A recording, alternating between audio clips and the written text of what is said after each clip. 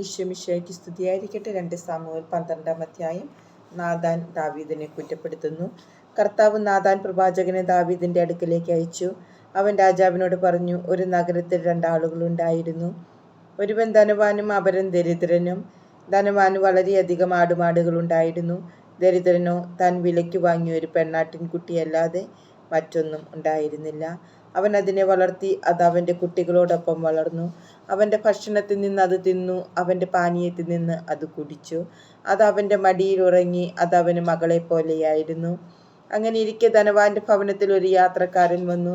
അവനു വേണ്ടി സ്വന്തം ആടുകളിൽ ഒന്നിനെ കൊന്ന് ഭക്ഷണം ഒരുക്കാൻ ധനവാന് മനസ്സില്ലായിരുന്നു.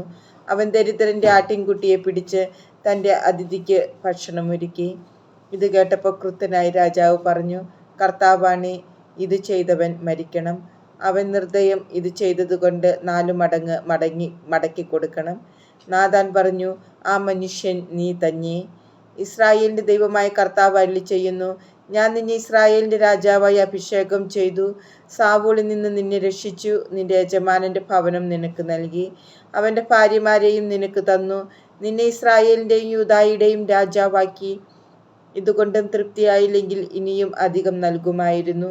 പിന്നെ എന്തുകൊണ്ട് നീ എന്നെ അനുസരിക്കാതെ എൻ്റെ മുമ്പാകെ ഈ തിന്മ ചെയ്തു?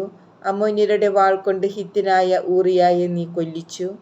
അവൻ്റെ ഭാര്യയെ നീ അപഹരിച്ചു. എന്നെ നിരസിച്ച് ഹിത്യനായ ഊറിയായുടെ ഭാര്യയെ നീ സ്വന്തമാക്കിയതുകൊണ്ട് നിന്റെ ഭവനത്തിൽ നിന്ന് വാൾ ഒഴിയുകയില്ല.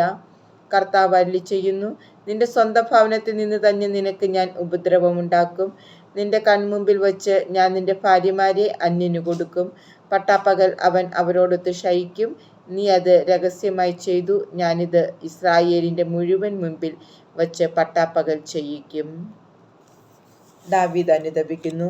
ഞാൻ കർത്താവിനെതിരായി പാപം ചെയ്തു പോയി. ദാവീദ് പറഞ്ഞു. നാഥാൻ പറഞ്ഞു, കർത്താവ് നിന്റെ പാപം ക്ഷമിച്ചിരിക്കുന്നു. നീ മരിക്കുകയില്ല. എങ്കിലും ഈ പ്രവൃത്തി കൊണ്ട് നീ കർത്താവിനെ അവഹേളിച്ചതിനാൽ നിന്റെ കുഞ്ഞു മരിച്ചു പോകും. നാഥാൻ വീട്ടിലേക്ക് മടങ്ങി. ഊറിയായുടെ ഭാര്യ പ്രസവിച്ച ദാവീദിന്റെ കുഞ്ഞിന് കർത്താവിന്റെ പ്രഹരമേറ്റു. അതിന് രോഗം പിടിപെട്ടു. കുഞ്ഞിനു വേണ്ടി ദാവീദ് ദൈവത്തോട് പ്രാർത്ഥിച്ചു. അവൻ ഉപവസിച്ചു. രാത്രി മുഴുവൻ മുറിയിൽ നിലത്ത് കിടന്നു. കൊട്ടാരത്തിലെ ശ്രേഷ്ഠന്മാർ അവനെ നിലത്ത് നിന്ന് എഴുന്നേൽപ്പിക്കാൻ ശ്രമിച്ചു. അവനത് കൂട്ടാക്കിയില്ല. അവരോടൊത്ത് ഭക്ഷണം കഴിച്ചുമില്ല. 7-ാം ദിവസം കുഞ്ഞു മരിച്ചു. ദാവീദിനോട് വിവരം പറയാൻ സേവകന്മാർ ഭയപ്പെട്ടു. അവർ തമ്മിൽ പറഞ്ഞു, കുഞ്ഞ് ജീവിച്ചിരിക്കുമ്പോൾ പോലും നാം പറഞ്ഞത് അവൻ ശ്രദ്ധിച്ചില്ല. കുഞ്ഞു മരിച്ചെന്ന് നാം എങ്ങനെ അറിയിക്കും? അവൻ വല്ല സാഹസവും കാണിക്കും. സേവകന്മാർ അടക്കം പറയുന്നത് കണ്ടപ്പോൾ കുഞ്ഞു മരിച്ചെന്ന് ദാവീദ് മനസ്സിലാക്കി. കുഞ്ഞു മരിച്ചുവോ? അവൻ തിരക്കി. ഉവ്വ്, കുട്ടി മരിച്ചു, അവർ പറഞ്ഞു. അപ്പോൾ ദാവീദ് തറയിൽ നിന്ന് എഴുന്നേറ്റ് കുളിച്ച് തൈലം പൂശി വസ്ത്രം മാറി ദേവാലയത്തിൽ ചെന്ന് ആരാധിച്ചു. കൊട്ടാരത്തിൽ തിരിച്ചെത്തി ഭക്ഷണം ചോദിച്ചു. അവർ വിളമ്പി. അവൻ ഭക്ഷിച്ചു. ദാവീദിന്റെ ദാസന്മാർ ചോദിച്ചു, ഈ ചെയ്തതെന്ത്? കുഞ്ഞ് ജീവിച്ചിരിക്കുമ്പോൾ അങ്ങ് ഉപവസിച്ച് കരഞ്ഞു. കുട്ടി മരിച്ചപ്പോഴാകട്ടെ അങ്ങ് എഴുന്നേറ്റ് ഭക്ഷിച്ചിരിക്കുന്നു. കുഞ്ഞ് ജീവിച്ചിരിക്കുമ്പോൾ ഞാൻ ഉപവസിച്ച് കരഞ്ഞു. ശരി തന്നെ.